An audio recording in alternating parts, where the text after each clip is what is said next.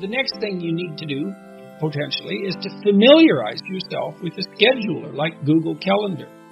So the first thing to do is open it, and then maybe to figure out how to put in a task and then a repeating task. And might be a pretty simple one to begin with, like, well, why don't you list waking up and specify a time, or going to bed and specifying a time, an approximate time anyways, or put in the schedule when you eat.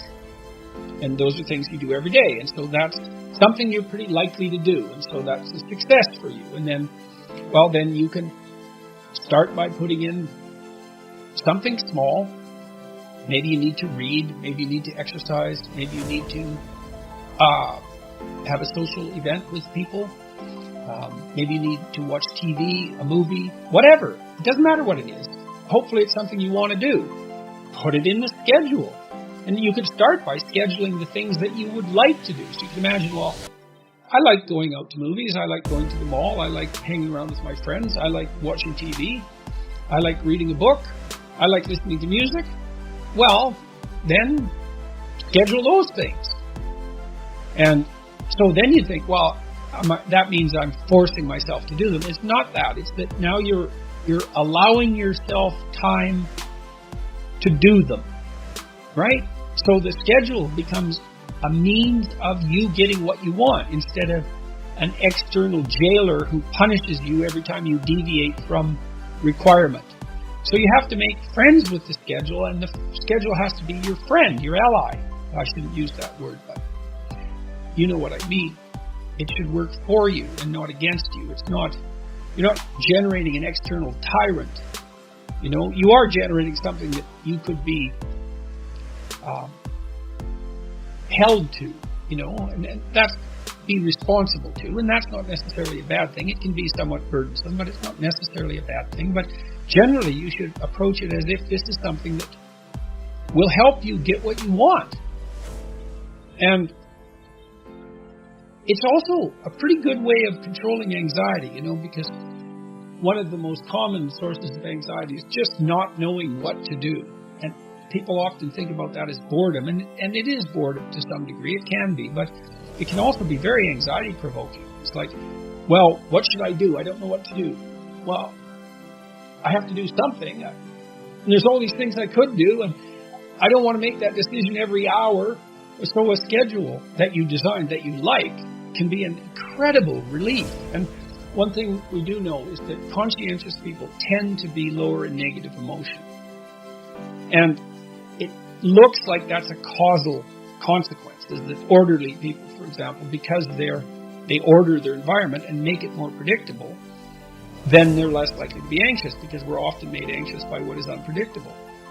So generating a view of your life that consists of valued goals that you want to attain, and then steps by which those might be attained, and the Future Authoring Program helps you figure all that out. Well, then you can ally that with a schedule, and then, not only do you know what you're doing, you know that what you're doing is moving you towards something you want, and that's rewarding, and having your time structured like that and attaining those goals is pleasurable and anxiety reducing. So, that's a pretty good deal, all things considered. And you can start stupid and slow. Like I said, just throw some things in that you're pretty likely to do, and fill in the schedule with broad strokes. And then as you get familiar with it and comfortable with it, and maybe even happy with it, you can fill in the details and start to use it in a more sophisticated way. Everyone I know who's accomplished, almost everyone I know who's accomplished, does structure their time explicitly in that manner. They've learned to do that over the years.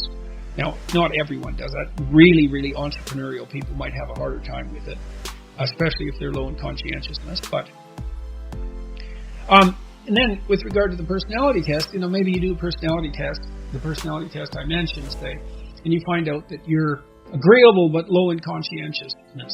Well, so it's going to be harder for you to stick to a schedule, but you do like to please other people, so that's one of the things that you could schedule. You'd be highly likely to do that. If you're extroverted, you could schedule time, socializing with people. If you're introverted, you could schedule time by yourself, walking in nature, for example, or doing whatever else it is that you might want to do by yourself. If you're open, you could schedule in creative time, and then you'd be motivated to do those things. So you're having a hard time disciplining yourself. That's par for the course. I mean, like I said, really conscientious people are more inclined in that direction. But it's hard to discipline yourself in relationship to a goal. It's like training a cart horse to pull a cart. It's difficult. And so start with little things, and maybe little things that you want to do, and then you can proceed to harder things that you don't want to do so much, for their extrinsic or intrinsic utility, but you have to do them because they're related to something important. You get disciplined across time if you do that, and incremental improvement that's sustained is extremely powerful from the perspective of transformation.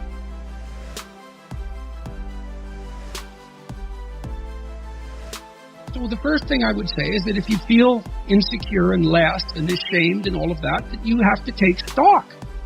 And look, I have an exercise online at selfauthoring.com. There's 3 exercises there. One helps you write about the past, one about the present, and one about the future. The present authoring program helps you assess your faults and your virtues. Okay, well, if you have some faults and you feel insecure and inferior because of that, well, you should.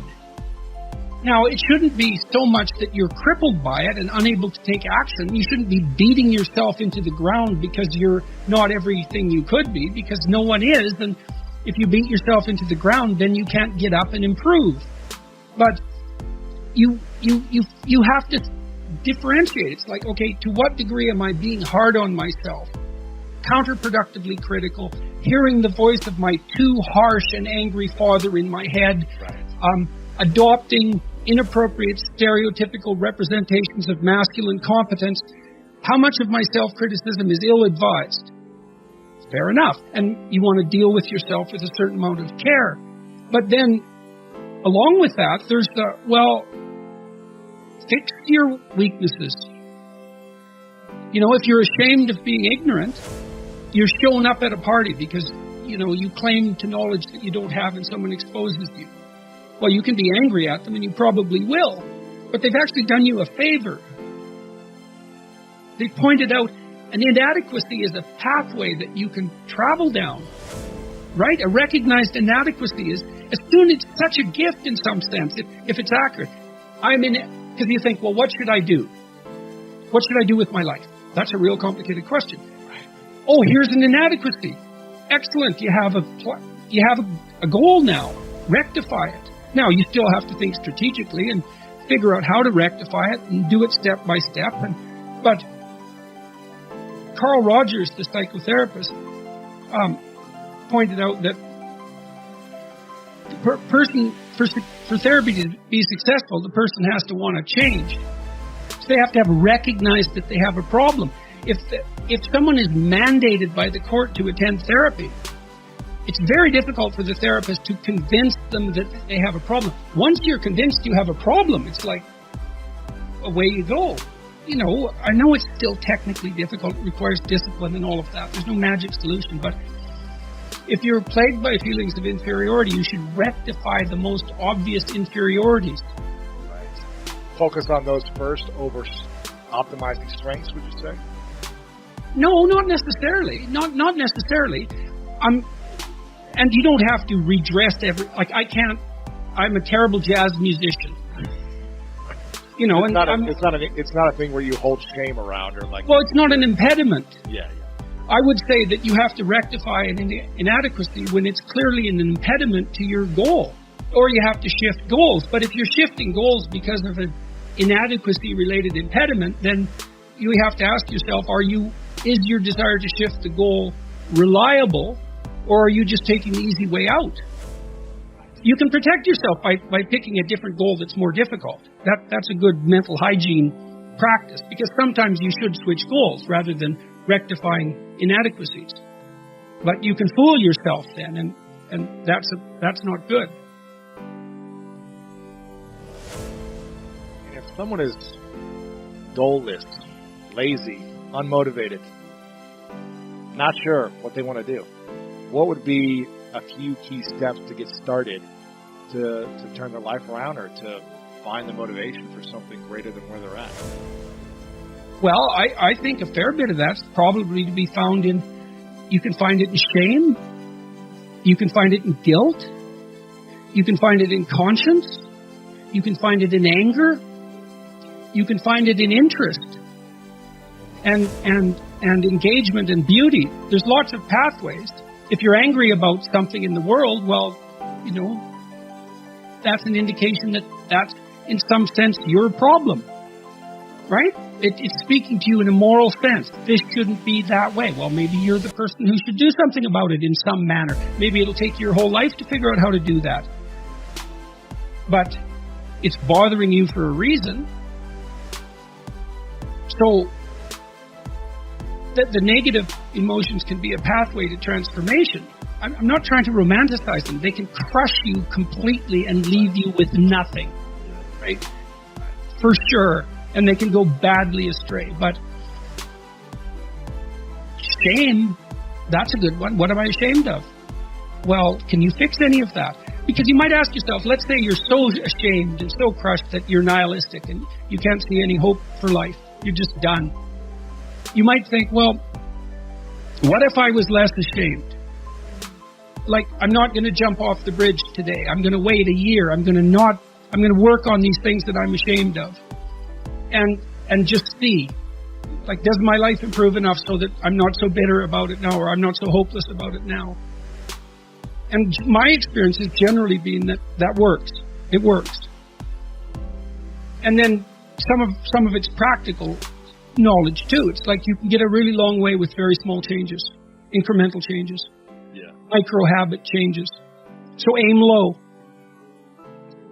Don't have big goals or big transformations. Well, you can, but the problem with a big goal is that it's daunting enough so that it might paralyze you, and there's a high probability of failure. And so imagine that you're your own child. Okay, now imagine you love this child, and you would like him, we'll say him because it's you and I talking, to succeed. Now, you have an ideal for this child. You would like him to grow up to be the best he can be, better than you, the best man he can be. That's what you want for your son, if the good part of you is talking. You definitely want him to be better than you are, but you want him to be the best he can be, if your vision is unclouded. Okay, but then you offer him a goal. It's like, well, do this. Well, can he do it? Well, if he can do it without a second thought, there's no challenge in it. There's no developmental impetus. It's not in the zone of proximal development.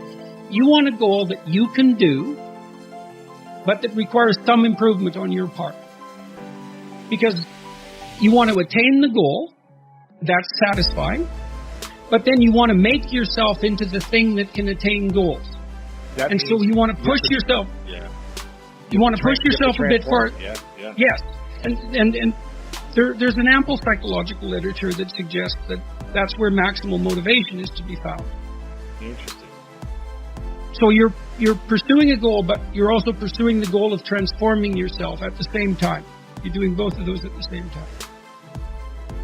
Do you need to know that you're transforming yourself in order to attain the goal? Or do most people just think, I got to take these steps to make it happen, but they don't realize they're becoming better human beings? It depends on what you mean by realize. They have the sense of satisfaction and confidence that would indicate that, although they might not be able to make what that means explicit.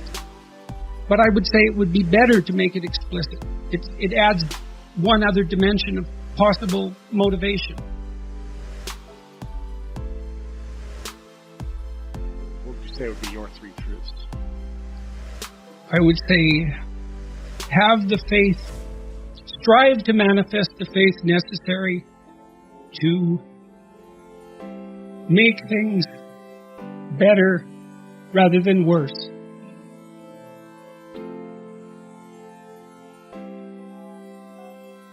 Pray that you have enough terror to be frightened out of your own deceit.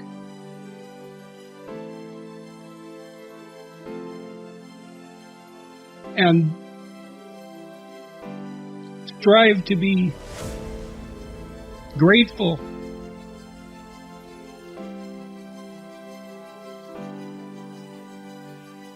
Regardless.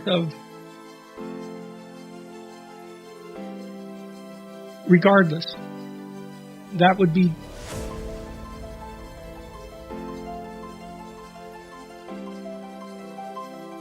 that's good enough.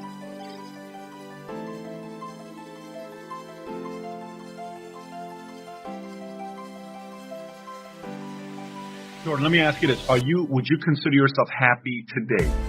No.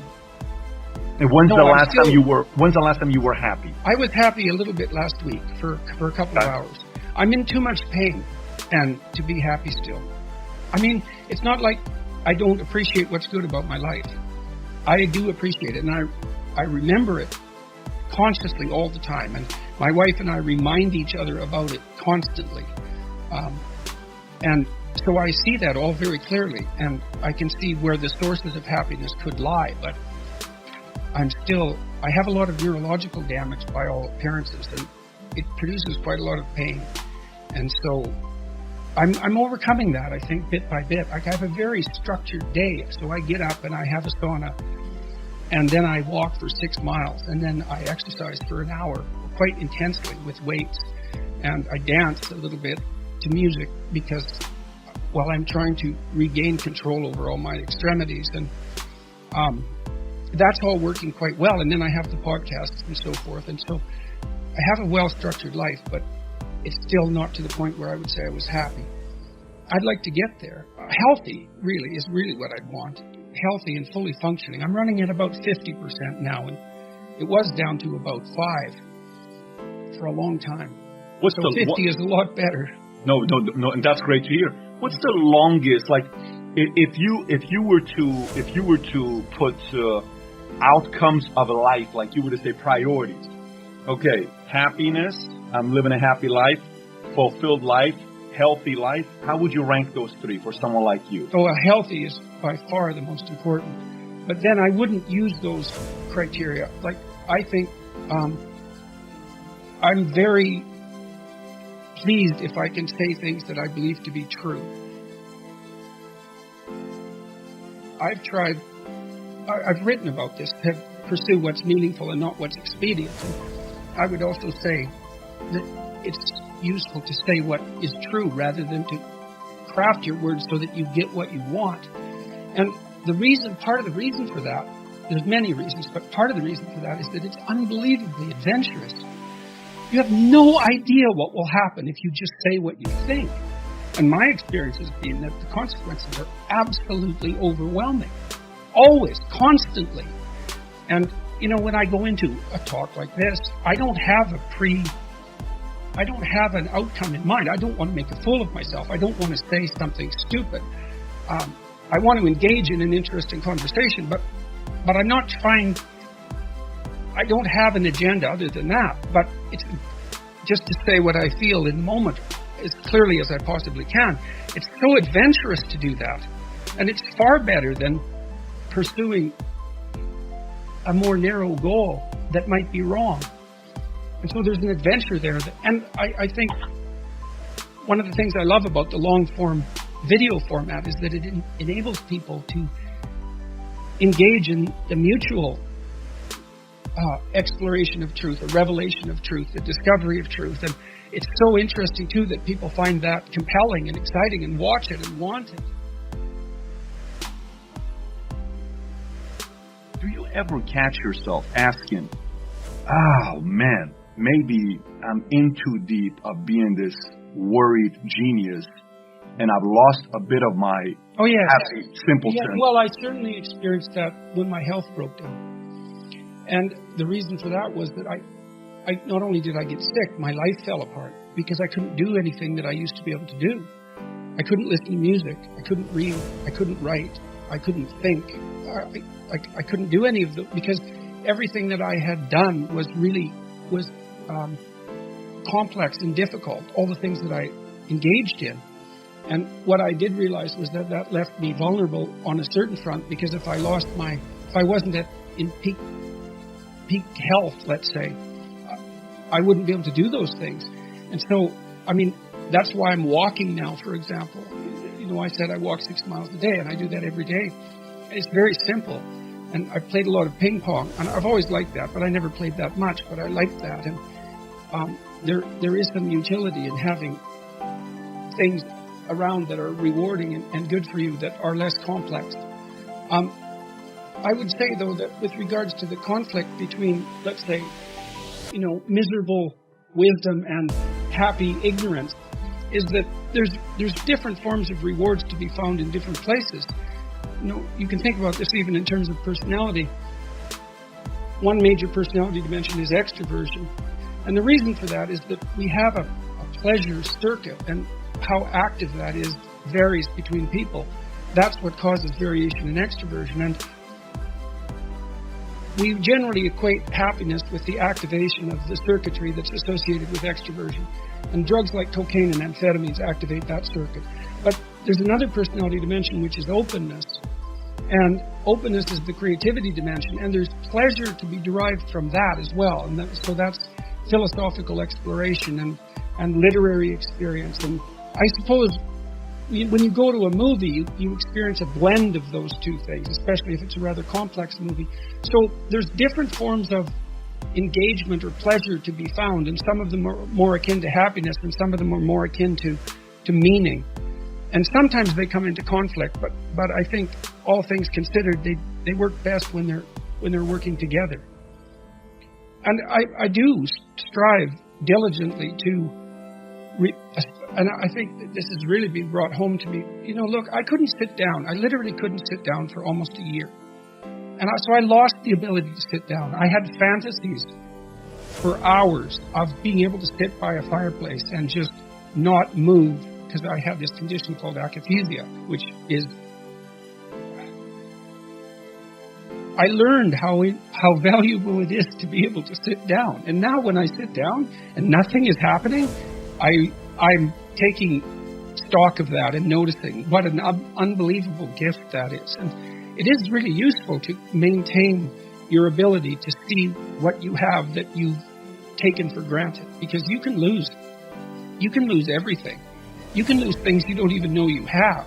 I have no idea that you could ever lose the ability just to sit down, but you can. I wouldn't recommend it. So I'm more appreciative, I would say, of simpler things than I was. I'm more appreciative of other people than I was. I'm probably more grateful, all things considered, than I was. And hopefully that will continue developing. I have no contempt for happiness. You know, I tell people, don't pursue happiness, pursue meaning. And I think that's true. But if happiness comes along, it should be welcomed. And if you're ever somewhere where that's happening, you should notice it and be grateful for it and enjoy it. And that's for sure. If someone stops me on the street, and that happens all the time, they're usually shy and tentative about stopping me, and usually very, very polite, almost invariably. So it's never a real imposition. And I always ask people, you know, if they say that they watched a lecture and it helped, I always ask them why. You know, what helped? So I had 3 guys this week tell me, he said, well, I was comparing myself to what other people had achieved and always coming up short, and that was hurting me. It was making me envious, let's say, and disheartening me. But then I learned to reward myself for small improvements over who I was. And I thought, well, that's really important, you know, because you are comparing yourself to the right person then, and now you're rewarding yourself, you're encouraging yourself for taking the steps that you can take. It's really important to do that right. And, you know, now I know that that's important to my listeners, and so I'll try to formulate that concept more accurately and communicate it more clearly. It's a great privilege. It's a great privilege to be able to do this with the podcast and the books, and it's great. It's great.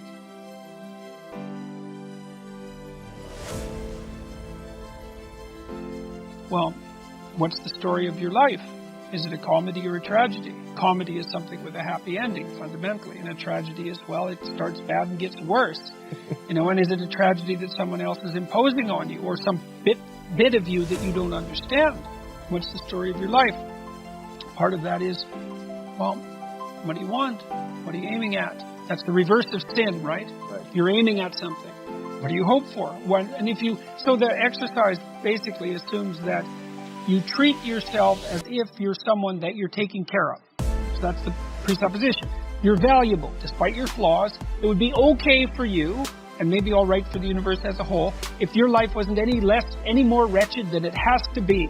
So we could set it up for that. Okay, so now, if you were looking 3 to 5 years down into the future, and you could have what you needed within the bounds of reason, what would it be? What do you want? What do you want from your family? What do you want from your friends? How are you going to educate yourself? What are you going to do for your career? How are you going to take care of your mental and physical health? How are you going to resist temptation? What are you going to do with your time outside of work that's productive and meaningful? You get to have it. It's like knock and the door will open. Okay, you've got to knock first. Well, and then you got to pick the door. And I really like this because it is, you cannot catch something you're not pursuing. So now, if you're pursuing it, that doesn't mean you'll catch it. But generally, you'll catch something interesting along the way. That's the thing that's so cool about this. Let's say you set out a vision, you start pursuing it, you don't get what you were after. But you learn a lot as you move towards that destination. And as you learn, your vision is going to change, and you may end up with something that's better than what you were aiming at to begin with. But that won't happen unless you initiate the journey. That's partly something I learned from the Abrahamic stories. With the story of Abraham in particular, because God calls Abraham to an adventure when he's like 85. It's like, get out of your father's tent, for God's sake. Get out there in the world, right? And really, that's how the story is set up. Leave your family and your tent. It's time to get out in the world. Well, what does he confront? Famine is the first thing, tyranny, and the potential loss of his wife. It's like Abraham must have been going. It's like the tent's looking pretty good. But it's this call to adventure. Okay, so you put together a vision. That's your call to adventure. Get out there in the world and contend with it. Well, you might not get what you want, but you might find what you need. But it won't happen without the pursuit. And that's part of faith. Right? Faith is, I'm going out in the world to seek my fortune. And if I do that properly, then the faiths will cooperate. What you can do is make people more courageous. That's different. So even if you're treating people who are phobic, like agoraphobic, it isn't obvious that you make them less phobic. What is obvious is that you make them more courageous. So if you're treating someone who's agoraphobic and they won't go on an elevator, so they're afraid of an elevator, and you slowly expose them to the elevator, negotiating that, and they get to the point where they can get on the elevator, they're not really less afraid of death than they were. They're more confident of their ability to prevail in the face of adversity. And that you can teach that. And you do that by challenge. You do that through challenge. So if you want to build someone's self-esteem, let's say, but I would say encourage them, then set them a set of optimal challenges and allow them to watch themselves succeed at those challenges, and that will build it right into their bones.